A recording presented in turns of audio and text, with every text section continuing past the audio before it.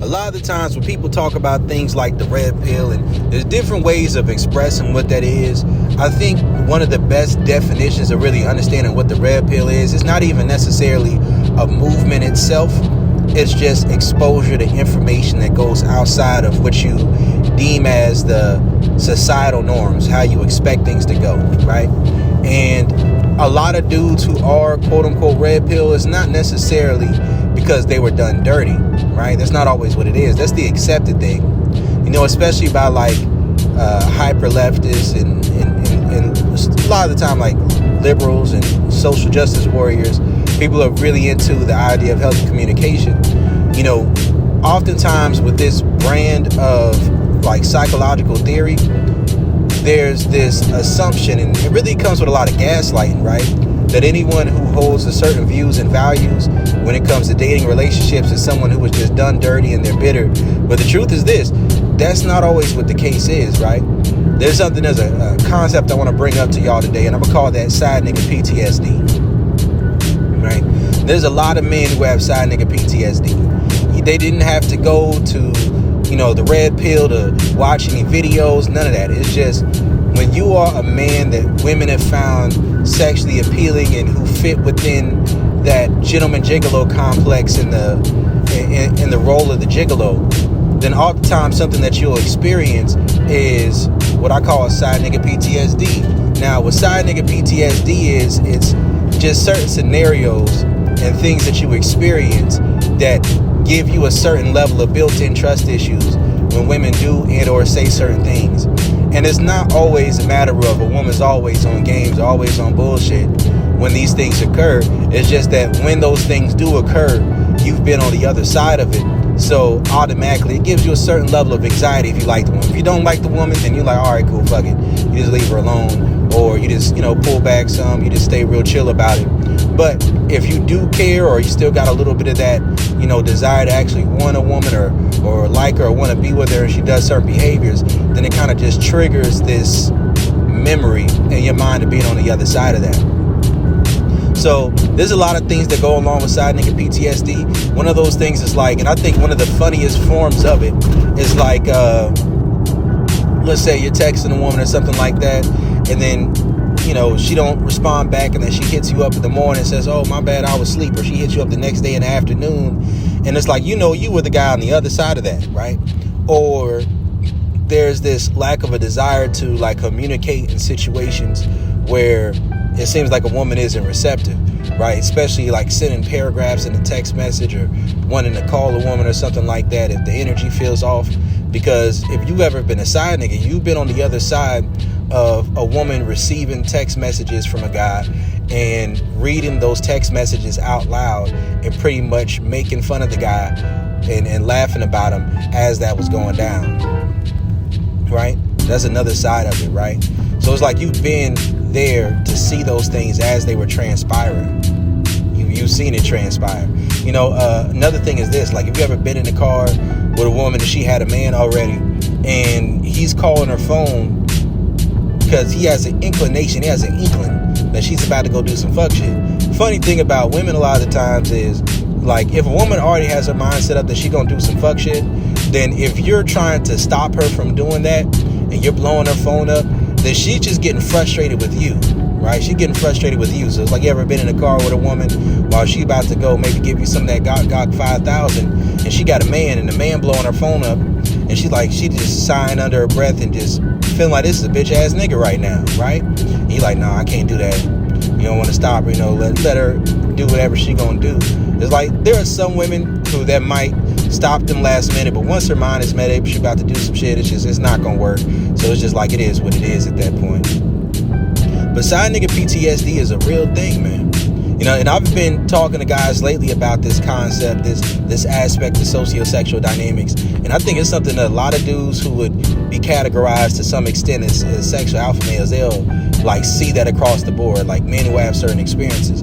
It's like one thing you'll notice is that I think a good bit of guys have been on both sides of that ball, right? Been on both sides of that game, where you've been like the nice guy, you've been that guy, and while you were the nice guy, certain things you did, you just thought it came with communication. You just thought it came with the way that you talk to somebody or express yourself when it comes to dealing with women, right? And then you ever notice that oftentimes when you're taking more of that gentleman, nice guy role, there's going to be certain things that women try to encourage you to do or influence you to do, or you're on social media and you hear women say that they want their man to do. And then you listen to that and you try to say, well, this is the person who, this is the woman I want to deal with, the type of woman I want to deal with, and this is what she's talking about online, about what she wants her man to do. Then I should just, listen to that and be like, well, who should know her better than her? Who should know her better than her, right? But once you've tapped into that other side of things and you've seen how things can work and how things can move, then what can happen along the way is you realize that a good bit of those things Hazard reported ahead on I-20 in a quarter mile. You're still on the fastest route. Women may have encouraged you to do, or you thought came natural or normal with relationships and dating. You see those things from the other side, and you're like, man, you start to realize how weak certain things can look, right? How weak certain things can look, and how that negatively affects the dynamic, or how that negatively affects how you're dealing with that person, right? How they view you, right? Because something to understand, and I call that Delilah syndrome, and I made my video on Delilah syndrome, and I call that emotional coercion.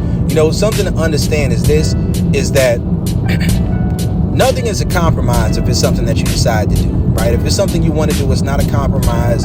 You're not betraying yourself. There's nothing wrong with that, right? There's nothing wrong with being expressive about your emotions to a certain extent. There's nothing wrong with communicating. It's just a matter of what stance are you communicating from, right? Like, you communicating from a stance of trying to win a woman over who's showing you resistance, right? Because she's just not fucking with you. Or is it a situation where you're communicating with a woman just to make sure there's clarity about a certain situation? And the truth is this: in most instances, seeking to gain clarity from a woman is like seeking to get her idea of what the direction of the relationship should be, rather than letting her be in a place where she emotionally desires a situation enough to want to communicate with you and see where things are going. And oftentimes that can give off the impression that you're blurring the lines and being a little bit too emotional about the situation that doesn't warrant for it, right? So when we're talking about side nigga PTSD, it's like some of these things are good things. But one example I typically like to give is like a war veteran, right? A war veteran who's receiving his Medal of Honor, and he cries when he's receiving his Medal of Honor, is never viewed as weak when he's crying when he receives his Medal of Honor, right? A father who's receiving praise and gifts and being honored on Father's Day, who may shed a tear because his children are showing him honor, that's never viewed as weak. Anyone who views that as weak, they just have some issues, right?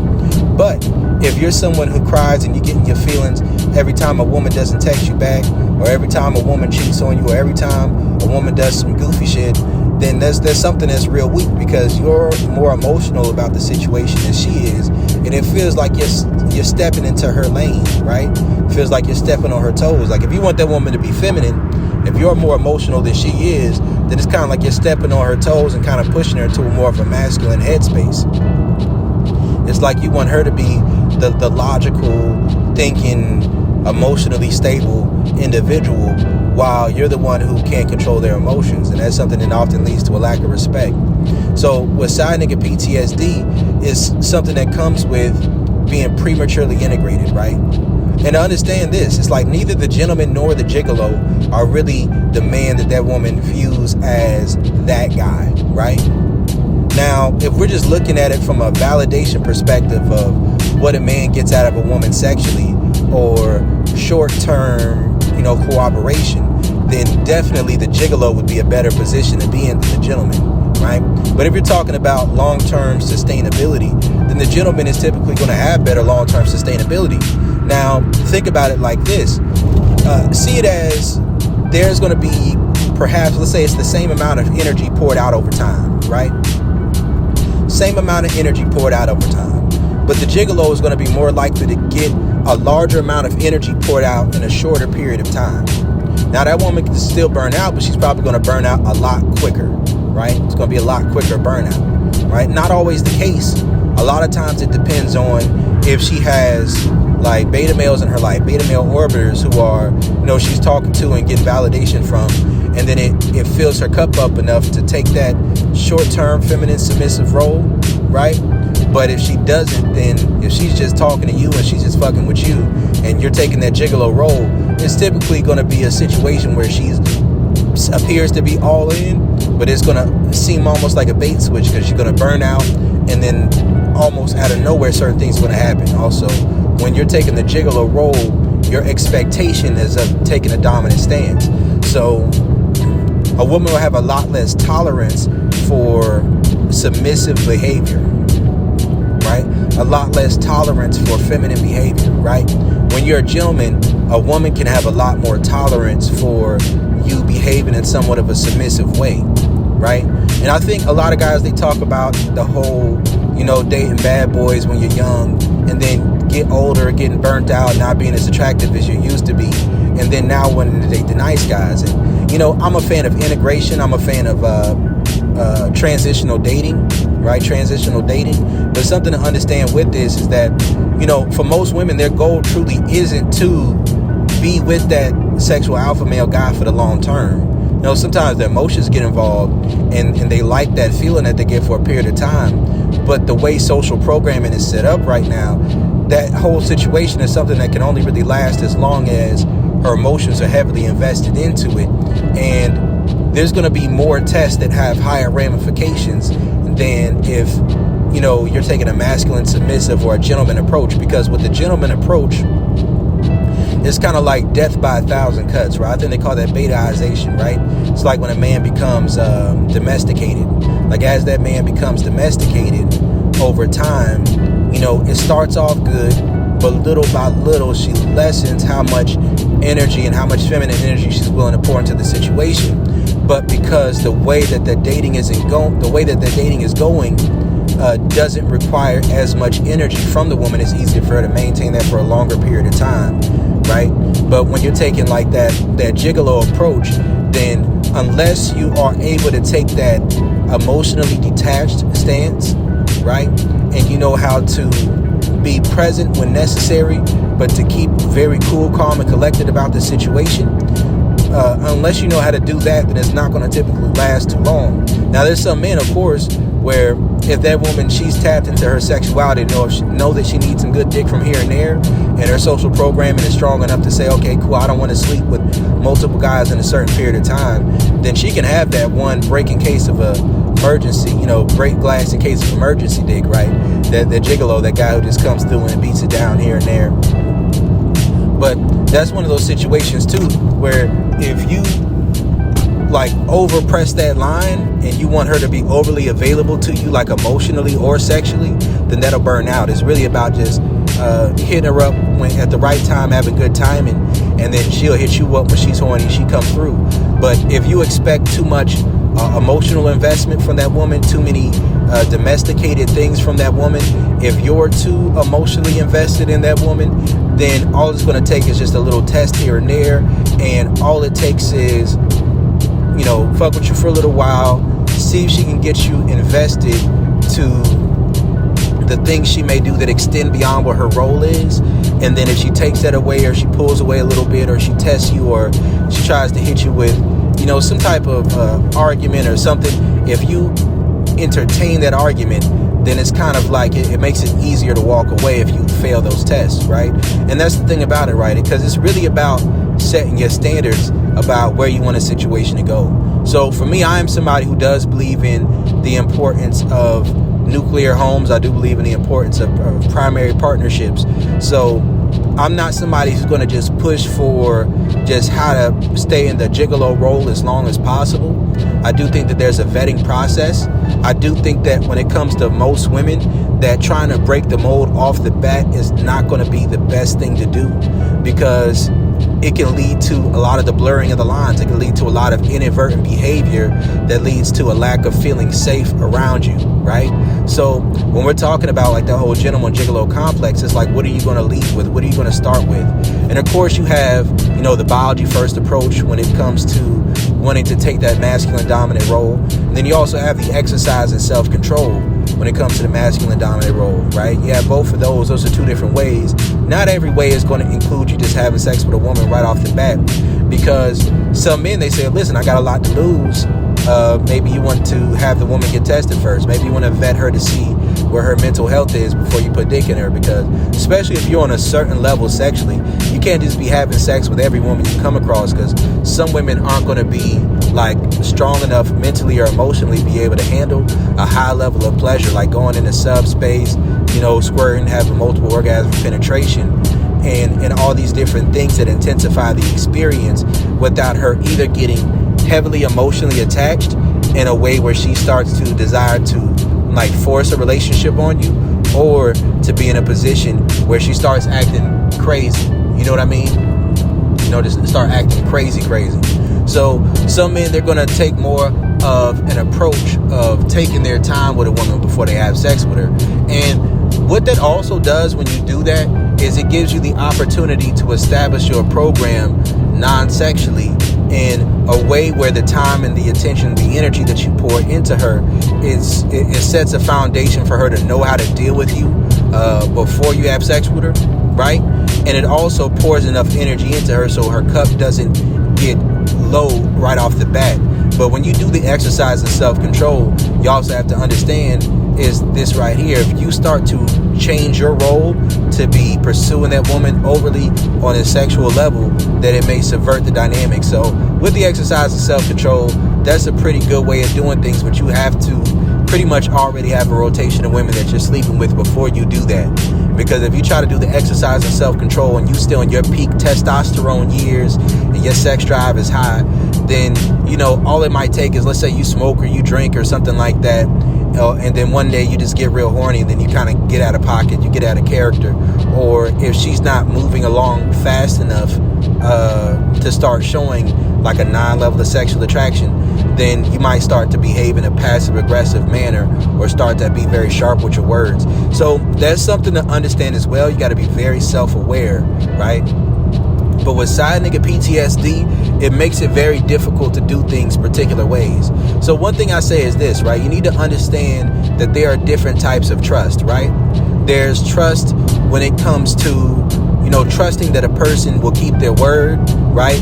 Don't expect that from a woman off top. That's an unrealistic expectation, because just the way she's set up, and it's not all something that's a purposeful thing. Sometimes it's just when you're having a conversation with her and her emotions are running high and she really likes you, she may agree to a whole bunch of things she's not going to be consistent with just because she's excited in the moment. Just a lot of people are like that, both men and women, right? And you got to watch yourself from doing that same thing. There's something you also got to watch out for, right?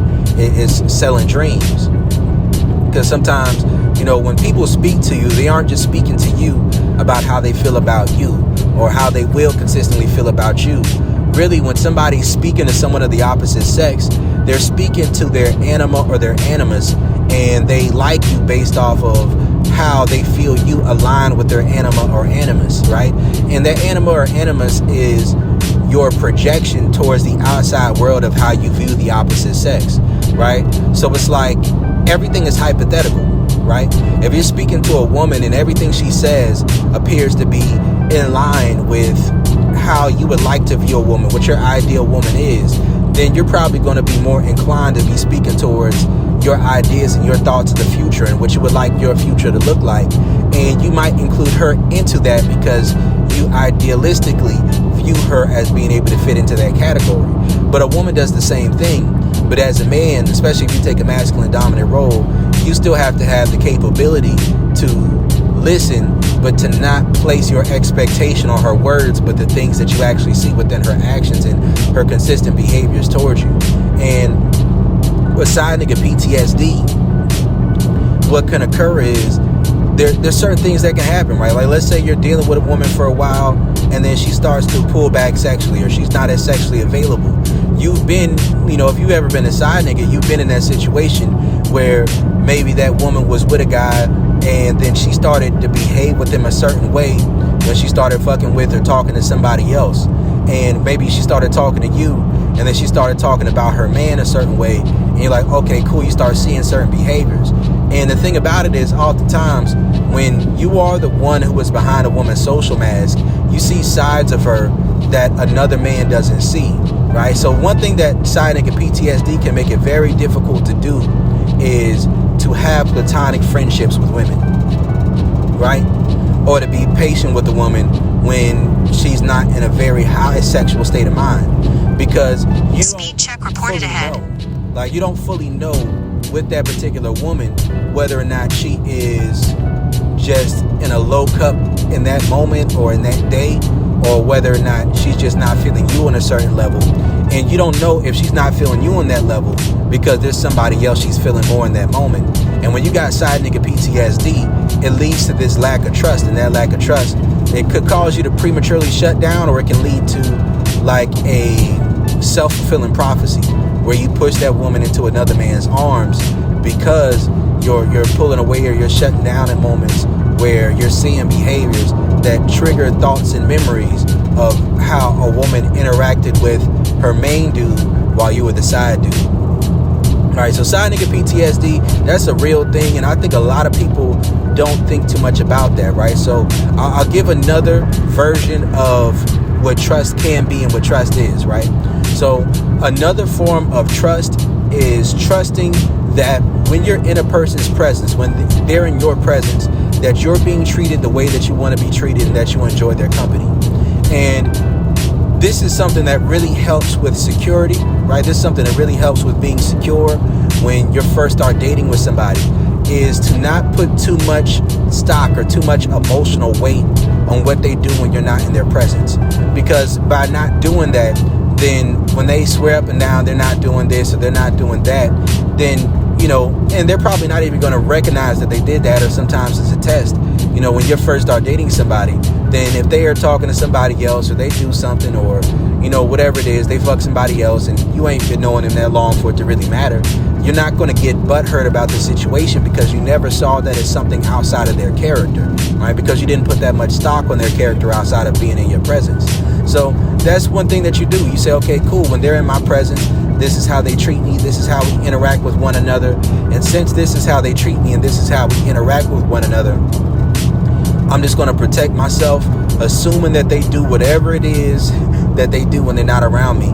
And, you know, when you're having sex with them, you know, you protect yourself, you wear a condom. Maybe if it's a woman you just first started dealing with, you don't jump too quick into eating the box, or, you know what I mean, or doing too much kissing on the mouth, because you don't know if this woman just left from sucking some dick before she came to see you. So that's another thing about side nigga PTSD. It's just, you've seen how women can get down sometimes. Like, a woman can go and fuck her dude or fuck her side dude, and then some women are kind of trifling. Like, they'll go and have their main dude eat the pussy that just got freshly nutted in, you know, because she has a certain level of spite and resentment towards her main man, and or maybe he was like pressed and want to hit it or something like that, and, you know, maybe she was just listening to a bunch of goofy bitches about like their relationship stories and just thought it would be a funny story to tell her friends or something like that, some group chat shit, right?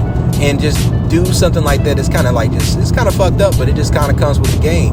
So she might, like, you know, go suck some dick, and then she sees her man and she didn't get a chance to like brush her teeth yet, or to really wash and clean the guts out, right? So she might kiss her man with fresh dick on her breath, right? And it's like, when you got side nigga PTSD, it's like, it's certain things you're just conscious of, you're aware of, you're like, you know, nah, I ain't doing all that, because you don't know what she did, right? You don't know. Or like, another thing about side nigga PTSD is this. It's like, a lot of women, they have that breaking case of emergency dick in a glass box, right? Breaking case of emergency dick in a glass box. So, like, let's say you have like a short breakup, or you have like a break with a woman. A lot of women, they'll be in a situation where they have a man, right? And they'll have just one of the little petty arguments, not something that big, not something that deep, but already have the backup guy in her mind. Because I think the large, overwhelming majority of women already have like the guy that they would want to replace their man with in the back of their head. So, you know, when they have a quick little breakup, that's like the moment where they say, okay, cool, well, technically we're not together right now, so I can do whatever I want. She'll go fuck with him. And then, you know, once y'all communicate and figure it out, you know, work the shit out, she'll go do some fuck shit between then afterwards, then she'll come back want to fuck with you. And then it's like, you don't know if that's some pussy that have been nutted in and fucked off on, you kissing the girl, then just suck some dick recently, you know, you don't know what's going on with that. So I say this, like, if you ever go on a break, don't just jump back into doing everything that you used to do, like socially, like social media stuff, all that other shit. And you also want to make sure that either you don't know and you don't care, like on some just, you know, I'm just going to base everything off of how she interacts with me in my presence, or it's going to be a situation where you make sure that you have a conversation and see what all happened, what all was disclosed between that time before you dive back into things, so that not just so that you can know, because you can't always expect honesty, but more so for the sake of, if anything different happened than what she told you at that time, then you already have grounds to go ahead and just cut her off once you find out something different than what you knew, right? But sometimes it's not even that. Sometimes it's just about honesty, right? Because I don't even think that, and this is something a lot of people would disagree with me about, I don't think cheating is always grounds to just go ahead and break up with somebody. Although I'm somebody who's never cheated, that's not something I believe in. And I don't think men should be cheating. I really don't, right? I don't think that's a manly, masculine thing to do. You got to keep your word about how you move in certain situations, right? Because if you ain't got anything as a man, you got to have your word. You got to have your integrity. So not cheating, in my opinion, it really don't have anything to do with the woman. It's really about your own character, your own integrity, and how you move, like what you say you're going to do, right? But at the end of the day, you got to understand that when it comes to intimacy, a lot of what intimacy is about is whoever has access to knowing information that is fragile or vulnerable information, right?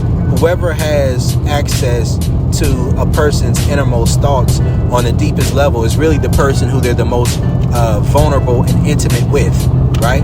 So, like, oftentimes, if you ever notice, like, there's a lot of guys, and I see this shit going on right now, and this is the reason why this is side nigga PTSD, and I'm not talking about polyamorous relationships or open relationships or any form of like swingers or non-monogamy.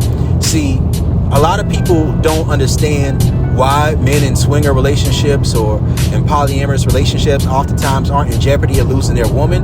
Oftentimes it's because the man being privy to more of the woman's inner thoughts and her feelings and her sexual desires than the man who she's fucking with on the side, even if that man has better sex, he doesn't lose the woman because they're more intimate. He has more access to her inner thoughts and her feelings and her desires. So he's not really in jeopardy of losing that woman. But what happens when it comes to the gentleman gigolo complex is that sexual duplicity, right? You got to understand that polyamorous relationships can have a level of duplicity to them, and it can have a level of the gentleman gigolo complex in it, but that's not really what it is. You can be integrated in those situations. It's just a matter of you just have to accept certain things enough to be secure enough to hear certain information without that information leading to you being passive aggressive, or that information leading to you punishing the woman for what she tells you. Now, certain things do qualify for punishments, don't get me wrong, right? Certain things do qualify for repercussions. Certain things do qualify for consequences. Certain things do have to be rectified. But at the end of the day, whoever has that access to the woman's innermost feelings and thoughts, that's who she's intimate with. And there is a line between that and sex. And that's oftentimes what is the issue with the gentleman gigolo complex, right? Like, oftentimes the gentleman is not going to have access to knowing the woman's true sexual nature by experience. And the woman is going to view him from a perspective that causes her to limit herself sexually and how she views that man and what she's willing to do or what she would do, because she wants to maintain her social programming within herself and that dynamic to make sure that the man doesn't expect too much from her. And also, if she is heavily socially programmed, there's going to be certain things that she would judge herself for if she did it, or she wouldn't want them to be expected on a consistent basis. So she'll hide them things not only from the man but from herself, so that wouldn't be part of how she views the man. And there are certain things that a woman may do that she wouldn't want her man to do, right? She would do those things, but she wouldn't want to do those things with her man because maybe her sexual shame is on a level to where she would only be willing to do those things in the context of a taboo scenario, right? There's like a woman who would, like, she would have a threesome, she would eat some pussy, she would, she would get fucked in the ass, she would do like some freaky shit. There's some freaky shit she would do, but in that freaky shit that she would do, she wouldn't want to do that with her man because she fears she wouldn't want that man to view her that way. And oftentimes the gentleman archetype plays a big role in that, right? Oftentimes when you take the gentleman role with the woman, the masculine submissive role, you take that role from the perspective of, you assume that this woman isn't a promiscuous woman. She doesn't have a high capacity to be very sexual. So you don't view her that way. And that's part of the reason why you're willing to wait. This is part of the reason why you're willing to invest time and energy into her, even if she's not being sexually receptive the way that you would like her to be. It's because you don't view her as that type of woman. So you got to understand that in that woman's mind, when you view her that way and you interact with her because of that, the way that you do, that she may pick up that sexually judgmental vibe and not want to engage with you a particular way because she doesn't want you to view her a particular way. And that's why I believe it's important to be integrated, right? When you're integrated, you don't view a woman that you're not dealing with as a woman who's supposed to, not dating seriously, as a woman who's supposed to be more sexual than the woman you're dealing with. You don't look at a woman and say, well, this woman has this many bodies, so I wouldn't date her. But this woman, she's not that sexual, so she's good relationship material. You got to be self-aware within yourself, especially if you're somebody who's open to monogamy or somebody who wants an integrated relationship. You got to be real with yourself, right? And what side nigga PTSD does is it kind of takes away your ability to really take that gentleman role. It takes away from your ability to take that stance of viewing a woman as not that type of girl, because you've had so many experiences dealing with women who quote unquote weren't that type of girl for other dudes, that anytime a woman tells you she's not that type of woman, you automatically see it as a lie. Automatically, off top. So no matter how much she may like you, or no matter how invested she may be in you, you can't fully trust her, because either she's not open to that side just because it's you, or she's not exposed to her shadow within herself. And that can make it very difficult to trust a woman. And it also makes it difficult to take that second type of trust that I was talking about, right? And that second type of trust is that how a person interacts with you in your presence is on such a level that you don't care what they do when you're not around, right? Because when you take that masculine submissive role, when you take that gentleman role, you're being very patient about certain things that otherwise, if you were just in an only sexual relationship with a woman, you wouldn't be patient about those things, right? Like if she wasn't sucking dick at the door and waking you over some head and doing the things that you want, then you wouldn't fuck with her at all, right? If she wasn't, sexually available when you wasn't, like, if you call her up, you hit her up to come through, smash. If she comes through and she's not trying to smash, you send her ass home, right? But if you're dealing with a woman and you're setting the foundation more so on that emotional connection and that intimacy of really getting to know one another, then you're being patient with her when she's not being available in that way, right? And when you're patient with a woman who's not being available in that way, it's a lot easier if you feel like you can trust that she's not that way with anyone else. But once you get side nigga PTSD, you can't trust that anything that comes with a woman not being sexually receptive or showing a high level desire to you, you see that as it's something that's pertaining directly to you. And that's a negative thing that can occur, because the truth is this: not every woman is like that. I know that, that is a coping mechanism. Like, I'll say it right now. And this is something you'll see with a lot of dating coaches, a lot of ones that sometimes I may do collabs with. And I agree with a lot of their content. But the truth is this: it's like when you're first meeting a woman, especially if you're starting on a sexual level, it's best to use this coping mechanism in order to make it easier to set your standards about the level of sexual attraction a woman needs to show to you for you to be willing to take her more seriously, right? But the truth is this: not every woman is going to be 100% like that. And another truth is this: some women have a capacity to be like that, but they only really have a capacity to be like that in short pockets and windows of time, right? And that's like a low cup space thing. So a woman may be the type of woman who may do all this freaky shit, but she may only really want to do that for, let's say, once a year, twice a year, once every couple of years. She'll have like this big spike in her libido, and then she'll maybe fuck 3 guys in a week, maybe suck a couple of dicks, go on a short little spree of a hoe phase and have like a rotation of guys, but then it won't take too long for her social programming to kick back in. She gets that out of her system. She's like, no, I don't really want to do this anymore. This isn't how I am. And if every guy she's dealing with fails the test when she tries to hit the bait and switch, the Delilah syndrome on him, then she'll pretty much cut every guy off and go celibate for a while. And the thing to understand about a woman who's in that state of mind or who has that type of inclination is that until she reaches a more secure place in a higher cup space of mind, even if you are the guy who she's willing to do all those things with, she's still not going to be able to do those things consistently over a consistent period of time.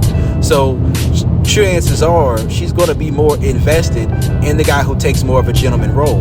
And that's kind of like a tough thing to understand and to accept, that some women, when they hit that little peak of energy, that little spike in sexual energy, that they're going to be willing to do things that they wouldn't be willing to do otherwise. And that's not necessarily just who they are, but that's just a space that they're in. But as a man, when you take that sexual alpha male, that dominant role in your mind and how you deal with a woman, then you want to see that peak of energy over a consistent period of time. But you don't want to deal with a woman unless she has that energy at all, not on a serious level, not in a relationship, because you know what you require, right? You know what you need in order to maintain yourself. But you got to understand that there's things that people like, right? There's things that come with energy dynamics, like dom-sub dynamics, masculine feminine dynamics, just men and women. Like as a man, you may enjoy communication, right? You may enjoy cuddling and going to cute dates and doing cute shit. But that stuff pours energy out of you, right? You might be able to do it for a period of time, but it's not something you can do consistently unless it's a woman who has enough energy to maintain doing the things that pour back into your cup as well. Because if not, then it eventually is going to shut down. And it's the same thing for a woman, right? It's like a woman can be in that state of mind where although women love dick, although women love sex too, it's still something that's going to pour out of her cup.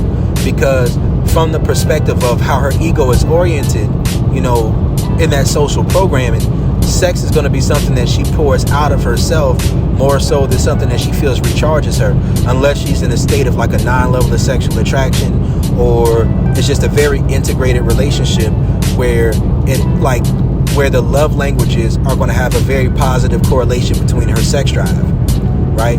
And this is where it's important to understand Brodie's scale of sexual attraction, right? Because there's the 5 to 10 level, right? Like if it's like a 5 level, it's transactional, and like that's like a woman says you need to be like her husband and have sex with her. Now that may not be something she's always consistent with. There may be a man who she would have sex with him the day she meets him, right?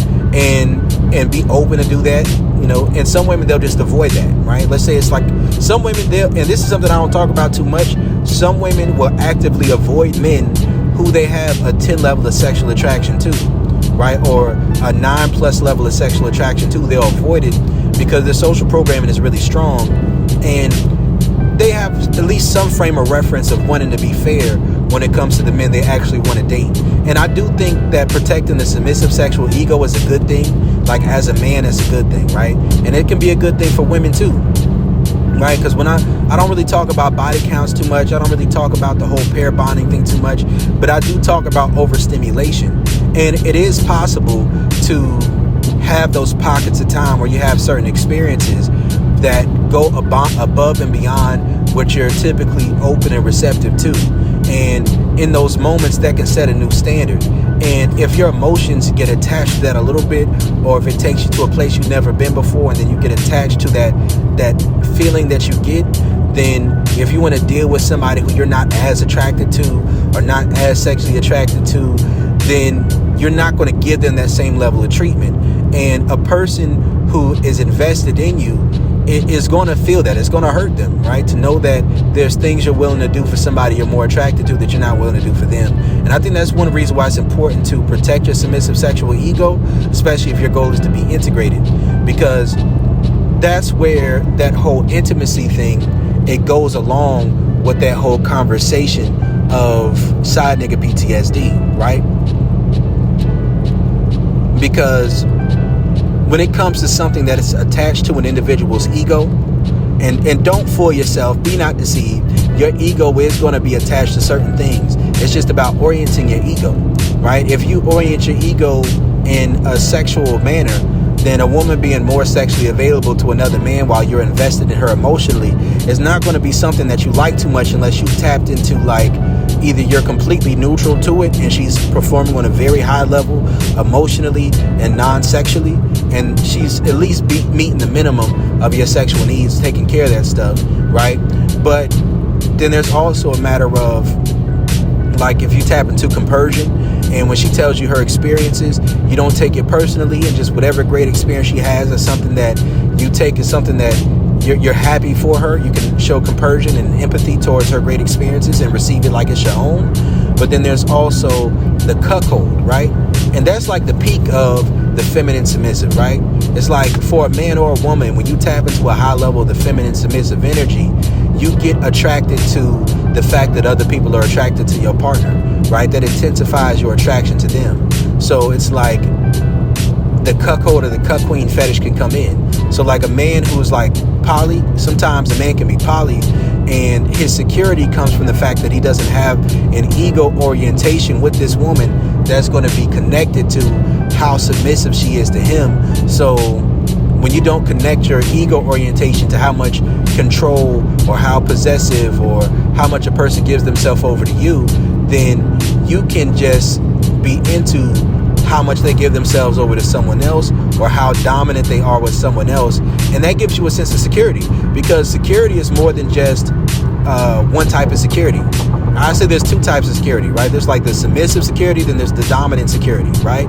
Like the submissive security comes in the feminine submissive, where you're secure enough to be able to do things that go outside of your social programming without feeling self-betrayal, right? It's like you're open to new experiences. You're open to trying new things. You're open to trying things in a different way than you perceived in your mind before you got into that scenario, and you're excited about that journey. It takes security to be open to a new perspective without feeling like you're losing yourself, like being able to get lost in the sauce. That takes security, right? But then there's also the security of being able to stand on your square and being willing to walk away if a person isn't willing to pick up what you're putting down. That's the masculine dominant security. And that's why I talk about, the gentleman gigolo complex, the Madonna whore complex, and premature integration, right?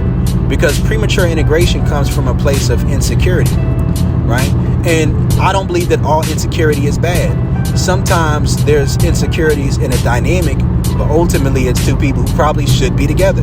Like sometimes it's scenarios, like I was talking about that Derek Jackson situation the other day, right? With him and his wife.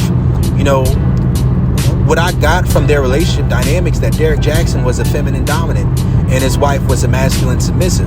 Her social programming was so strong that as he did things that delved outside of her social programming and what she was comfortable with, she was strong enough from a masculine perspective to hold on. But the things he was doing weren't things that she tapped into the cuck queen fetish in order to be able to be receptive to. She wasn't able to get with who he became as a man and to be receptive to that. So she just dived and dug her heels deeper into her religious social programming, regardless of how doctrinally erroneous it may have been, because you saw how she got online and she was like trying to curse people who were talking negatively about her relationship dynamic. But a lot of it was just she got really caught up in that perspective of her own masculine idea, what she thought the relationship was supposed to look like, but she still wanted to take a submissive stance.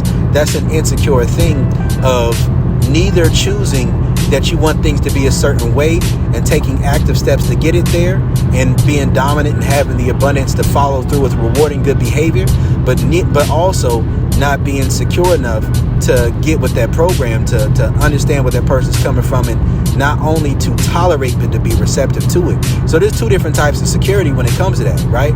And with Derek Jackson, he wasn't able to open her up to that. You could see with the way that she dressed and how she carried herself that she put herself within that Madonna perspective, right? Within that Madonna whore complex where she had of herself, she put herself in that perspective. And you could tell she wanted her man to be a gentleman. She encouraged and probably agreed with a lot of the things he said online about how relationships should work. But what Derrick Jackson did was he was a panderer, right? There's a reason why the masculine and the submissive and the feminine dominant not get along, but they are so attached to each other within that premature integration. Because the feminine dominant, he just wants to be in control. He just wants to be dominant, and he doesn't really care too much about sticking to his principles about how he does it. He doesn't care too much about that. He's just worried about getting his way, like by any means necessary. And a woman who's willing to tolerate his femininity is something that he'll stick with, right? But if that man ever gets to a place where he truly wants to integrate, he's not going to really be able to make things work with that woman. He has to stay in that feminine dominant stance with her until he gets to the place where he either feels he's hurt her enough or he just gets tired of her shit, right? And the thing about masculine submissives is masculine submissives, they stick to their principles about the way they think they should do things. But when they do that, they don't think about just because you aren't taking a dominant stance of being actively disrespectful or actively mean or cruel to a person, that doesn't mean that your energy towards a person doesn't make them feel rejected. It doesn't mean that your energy towards a person doesn't make them feel hurt or unwanted or not listened to or not heard or not felt, right? But someone who takes a masculine submissive stance of looking at things from a perspective of social programming, they're just thinking about that surface level transactional cooperative type of relationship.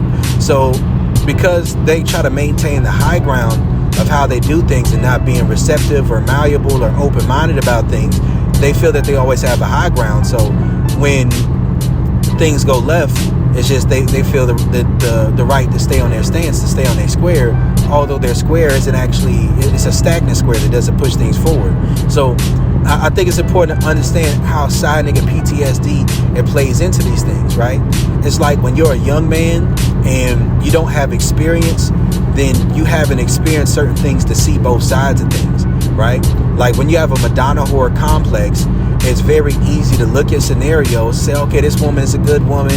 You know, I don't think she'd be throwing that pussy around like that. She ain't really trying to fuck this dude or that. She dresses very modest and she does this, she does that. She don't drink, she don't smoke, she don't do none of that stuff. You're like, all right, cool, I think that's a good girl. But you got to be aware of yourself that there's still things that you want as a man, that if you agree to monogamy in those scenarios, you're going to be unhappy. And another thing to understand is that if this woman doesn't agree to the fact that you're out doing your thing and getting the things that you want elsewhere, or if she holds resentment towards you that she doesn't tell you about, then within the masculine submissive is this built up resentment that leads to let that hurt go pussy. And let that hurt go pussy, it comes with the non-stick principle oftentimes. So a woman can spend years of not being receptive to a man due to resentment and spite that's built up over time. But the things that she wasn't receptive to or held against him are the same exact things that she can be receptive to when it comes to a brand new man who comes into her life who doesn't have that added weight of, you know, social norms attached to like wanting to have a socially connected relationship, right? Or a man who isn't putting that on the table of leading with the full package and trying to be her next boyfriend or her next husband. So with that man, is like, because this man doesn't fit into that box of trying to be that gentleman to her, she doesn't hold him to those standards of, well, I want him all to myself and I want him to be, you know, just about me, and I want him to communicate with me and listen to me about all my emotions and to do all this cute shit with me, because she doesn't expect that from him. It's like it fits more into the box of the taboo. And that's where side nigga PTSD can really come in at, right? And that's why I think it's important. I'm really trying to work on that stuff so I can share it with guys. I think that integration in relationships is something that's very important. It's not enough just to have a woman who's a nice woman or a good woman. It's not enough for you to just be a nice man or a good man if that edge isn't there, if that sexual desire, if that sexual intensity, if that subspace, that dom space, those deeper, more intense things aren't a regular part of your relationship, then it's something that's stuck in the shadow. And like I said, that resentment built over time can lead to a place where that woman can spend years being faithful to a man, not really even having orgasms, right? Like, I've been in situations like that before, and that's where side nigga PTSD can come from, like, to my knowledge. And I can't say for sure because you never know for sure. And listen, that's part of side nigga PTSD. Like, I've been in situations where a woman be faithful to me for years, but I always throw the caveat of to my knowledge on there, because you never know how people get down when you're not around. And part of how you protect yourself or give like wiggle room for things that you don't know about is just to add the caveat of, I'm trying to think about the situation based off of how the person treats me in my presence versus giving them too much credit for what they do or don't do when I'm not around. Right? So that's part of side nigga PTSD. But part of it is just like, I've been in situations before where a woman could have been a quote unquote good woman to a man, but she was so masculine in her mentality that she wasn't really receptive to what that man really wanted. But when he brought it up to her, she wasn't receptive to it. So he went and did that with somebody else. I think something to understand when it comes to cheating on a man's side is oftentimes this is the difference, right? If a man gives that woman the right of first refusal when it comes to the things that he wants to do sexually, the things he wants to take place, and he makes active steps to make that happen, then it's a different scenario than a man who's pushing a Madonna whore complex on his woman. So I've seen both take place, and I've been, the side guy, the new nigga in both of those situations where, like, I done been in a situation before where a woman could have had a boyfriend or a baby daddy together for like 6 years or 2 years, 3 years, 4 years. Woman never had an orgasm for penetration, barely ever sucked dick or anything like that, and couldn't really tap into that sexual side. But then I come into the picture, and within 2 weeks, all those things that she wouldn't do for him, she was doing for me, right? Or doing with me, or be in situations where, let's say, some of those instances is one where the dude has a Madonna whore complex. So a woman dead ass told me before that she had a man, and this man didn't let her suck his dick because he was like, that's nasty and you gotta respect yourself. But he was out in the streets letting every other woman do that for him, right? These are things she wanted to do. She would have been willing to do it, but he didn't allow it, right? But another thing to think about is this right here too, is the dom-sub dynamics, right? When a woman connects her love for you to her social identity, to her social programming, to her masculine principles, then she's going to connect her love to you on a basis of your ability to respect her on a foundation of what her social programming is. So it's like, I done been in situations before where a woman would have a baby daddy where she wouldn't, she wouldn't be cool with him fucking anybody else. She wouldn't be cool with him calling her his bitch or, nothing like that, right? Wouldn't be cool with him doing certain things that were very aggressive or dominant. Wouldn't be cool with him, just ignoring her if she's being goofy as fuck. She would just feel like he has to communicate. He has to be so fucking patient with her. But I wouldn't do none of that shit. And within a couple of weeks, couple months, she would be more submissive to me and do more for me in that time that she would be willing to do and take and be receptive to and enjoy with her man that she's been with for years, even thought about getting married to, right? So I think this is something that also leads to side nigga PTSD. It's like, if you find yourself in that position where you have those experiences, you can't fully trust a woman who doesn't have that. Speed check reported ahead. So for me, I look at a situation like this is something I say, like, and I don't mince my words too much. Like, I'll tell a woman, it's like, listen, if you ain't my bitch, you can't be my woman. And like, if a woman takes that the hard way, it's like, that's not my problem. It's just like, I can get how that could come off as disrespectful, but it's really about what you're missing out on or what she's missing out on if she's not able to receive that. Because just because you're not able to receive it with me doesn't mean you're not able to receive it with anyone. It's just, you can't allow, like, especially in a long-term scenario, a woman to put you in a box that declaws you, that domesticates you. Because you got to understand that when a woman is a quote-unquote nice girl or a good woman, that her social program and her ideal, her animus, is not going to be integrated with her shadow. Right? Her shadow is separated from the way she views a man should be. So the dominant things that man can do or that she is attracted to, she views those things as things that make her feel unsafe because she isn't integrated with her own shadow.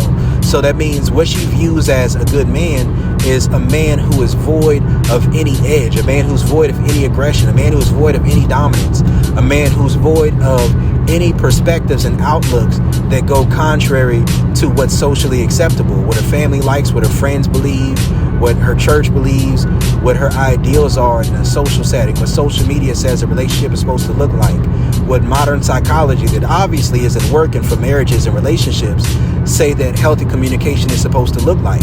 And you can't really trust that, right? You can't trust it because she's going to encourage you to do things that cause her to be less attracted to you. But even if she's less attracted to you because of that, at the end of the day, her core is still to be feminine. She's still a woman. So even if she encourages you to do things that cause her to not be attracted to you, she's still going to feel like it's your responsibility to be attractive. And that's why the healthy communication thing is kind of bullshit in certain situations. Because if you take her opinion and her desires too seriously, right?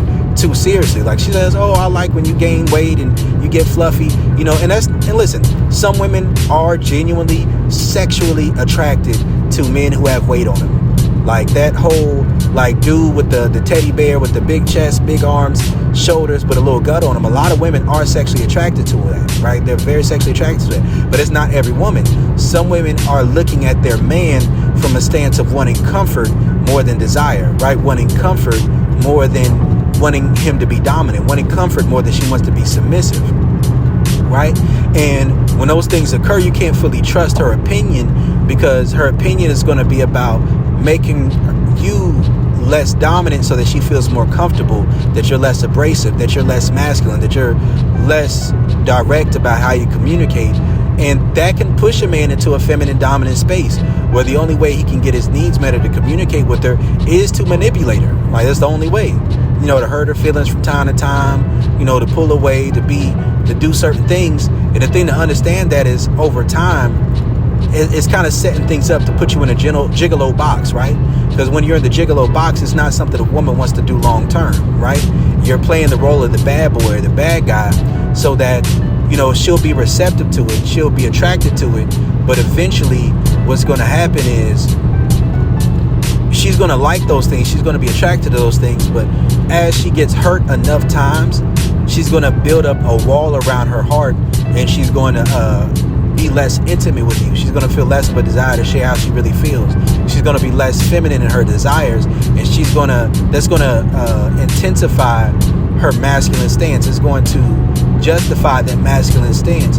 So eventually she's going to grow resistant to the things that you do to get the reactions that you want to get, and then eventually she's going to use that to justify her masculine stance to walk away, when really her walking away has nothing to do with her actual principles about the situation. It's just that she no longer feels safe with you from a stance of her femininity, right? So that's one reason why I don't believe in leading with the full package and that premature integration, because the things that you have to do in order to maintain a position of dominance will be the same things that a woman will use against you to say that you're not a man she wants to be with, even if those are the only things she responded to. So with side nigga PTSD, you know, those are things that can occur, right? It's like a woman can influence a man and say, oh, you know, and a man shouldn't be influenced by a woman unless he wants to take that feminine submissive role or unless a woman's qualified to integrate, right? So like if a woman is influencing you or trying to encourage you to do things that don't encourage her own attraction. It's like, let's say a woman says she likes when you're fluffy, but really when she's watching porn or if she's thirsting over guys online, it's dudes who got muscles. It's dudes who got tattoos. You ain't got no muscles. You ain't got no tattoos. She ain't trying to ask you to do those things, but she wants to encourage you to do things that appear more feminine, right? Or she likes dudes who more so dress like a bad boy or have his own style or do things that go outside of the edge, that go outside of what's typically socially acceptable. But she wants you to do things that look more acceptable to her family or look more acceptable to her friend group, right? But that's not what she's attracted to, right? And that's why it's important to be in touch with and integrated with your shadow, right? And that's why you want to integrate with the woman who's in a space more so the feminine submissive, because if she has like things she wants to encourage you to do, those are going to be things that intensify her sexual attraction, right? It's the respect and sexual attraction. If a woman's trying to encourage you to do things that don't actually have a positive correlation between her sexual attraction and her respect for you, then typically what's really going on is she's sabotaging the relationship and doesn't even see it as that. Like the whole time that's going on, those things are being sabotaged. And that can lead to side nigga PTSD, because let's say you're dealing with a woman and she actually is genuinely attracted to those things she's encouraging you to do. Like let's say she's encouraging you to do things that genuinely would make her femininity feel more safe. Let's say she's encouraging you to do things that generally would make her feel more sexually attracted to you, right? If she has that level of self-awareness, then it does benefit to listen to a woman in that scenario and to be able to move things forward, right? That's somebody who you can trust because the level of self-awareness and situational awareness is there. But with side nigga PTSD, it's like anytime a woman says something that fits along those lines, you can't trust it. It's like it leads to like built-in trust issues on any sign of a woman trying to encourage you to do things that appear a little bit too conformist, right? That appear a little bit too like trying to base the relationship on similarity rather than polarity, right? Of anything that's wanting you to invest more when she's not being receptive to it, wanting you to be overly patient or giving you excuses about shit where you know that a woman or even her, under the right energy circumstances, under the right stance of desire, the right energy, none of that would matter, right? None of that shit would matter. Right? Like, let's say it's a scenario where she says, oh, I want to do this, or I don't have the energy for this, or I'm not trying to do that. When you're a side nigga, you know that you can pull up to a restaurant and get your dick sucked in the parking lot. You know that when you've been a side nigga, a woman can have a man and you can pull up to her job and get your dick sucked in the parking lot while she on a work break, right? You know that when you're a side nigga, there's certain things that you can do, right? You can, you ain't even really got to ask permission for certain things. You can kind of just go for it, right? When you're a side nigga, there's certain ways that you can degrade a woman sexually that she's going to be receptive to, and she may have a man and not be receptive to those things. So it's like it creates this effect of not trusting when a woman is starting to push more for the desire to be comfortable rather than the desire to be submissive in that moment. Because for a lot of women in their social program, when they have a gentleman gigolo complex, when it comes to a long-term scenario, she can't really fathom the idea of truly being submissive in a relationship. Like, relationships are more so about cooperation. She'll be submissive with a fuck buddy, or she'll be submissive with a fling or a one-night stand, but doesn't really have the understanding of energy management to be able to maintain or sustain those things, or to take a submissive stance on a consistent enough basis to be rewarded with more comfort based off of her good behavior and her good energy, rather than saying, well, I done poured out this energy and maybe less than the bare minimum of what you require, but now she wants you to do all this and to do all that to make her more comfortable, right? So when you understand that, there's different ways to move with it. I do think that some situations would benefit from understanding this information. You can't really logic a woman into the feminine submissive stance, but if a woman respects you enough and she's receptive enough to you and you're not putting too much pressure on her, she can hear these things, and if they rest in her subconscious a little bit, or if she starts to orient her masculine principles more in line with your masculine principles, and you have a program, then when she listens to your program and she has enough love and receptiveness to you, then she can start to look at things from a different perspective. But a lot of it is really just about, if that woman is in the pocket of the feminine submissive, that during that time she has a better experience than she would have if she did things her own way, right? That means that the things that she wants to do for comfort have to be things that don't give her as much pleasure as the things that she does from a submissive stance. That means, like, if it could be anything, right? It could be anything. Like, if a woman likes comfort more than she likes pleasure, when it comes to you, like if she likes to do things a certain way more than she wants your presence, then that's typically a red flag. It's like if you're asking a woman out on a date, you don't, ask, oh, what do you want to do? Don't do that. It's not a dominant stance to take in asking her what she want to do. You want to see if she can be happy to be with you regardless of what you're doing. Now, if you want to cover some caveats, just tell her, wear this, or say, this is how you need to dress for this particular occasion. That takes some of the questions away. But if she's more concerned with where you're going or what you're doing or what you're eating than actually spending time with you, then that woman is in her masculine energy, right? So this is Coach Brodie on Side Nigga PTSD. I'm out.